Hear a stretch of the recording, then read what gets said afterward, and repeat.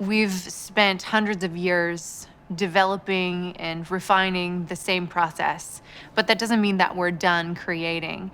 I think that my curiosity is leading me to influence where the future of bourbon is headed. My name is Marianne Eaves. I was the first female master distiller in the state of Kentucky, and I am now a spirits consultant for the industry across the U.S.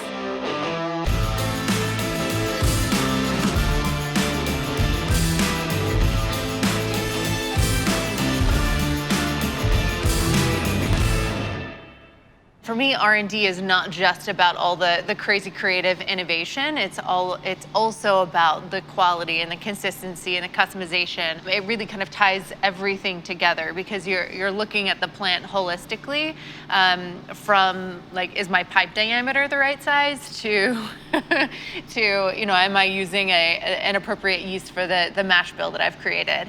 Or, if I run the temperature and the distillation a little bit differently, how does that impact the flavor?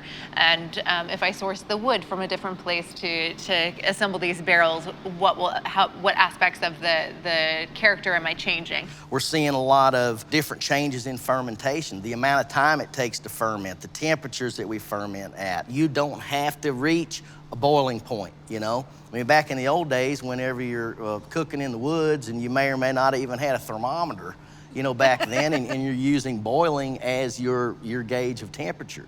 So, these days we have all these different parts of the process. The distiller's yeast has kind of been figured out by the companies who do that. Saccharomyces cerevisiae, that's the genus and the species of the yeast that's used to make bourbon whiskey and other whiskeys. But there are a lot of other yeast genera that are capable of making really good alcohol. So in Tennessee, we're allowed to have a full bar, but you have to make every drop of alcohol that goes into the cocktail. So I can't just go and buy Campari. I can't go buy Fernet Branca. We have to make all of those in-house in order to use them. So our R&D was learning how to make Amaros and a Campari-like spirit and Aquavit and absinthe, and that's our R&D. Is we get to test it out at the bar.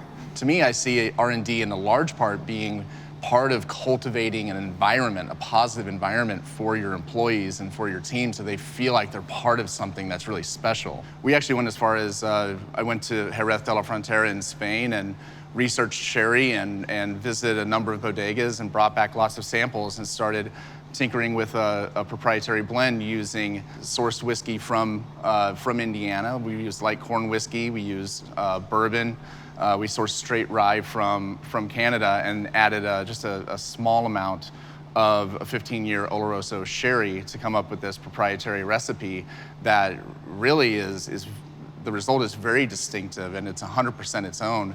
I think we have at any given time probably 20 or 30 innovation.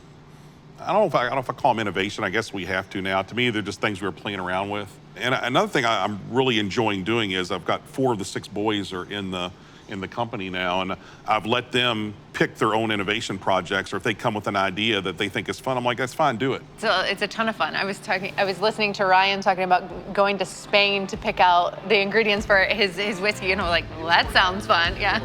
Let's go to Spain and call it R&D. I know, right?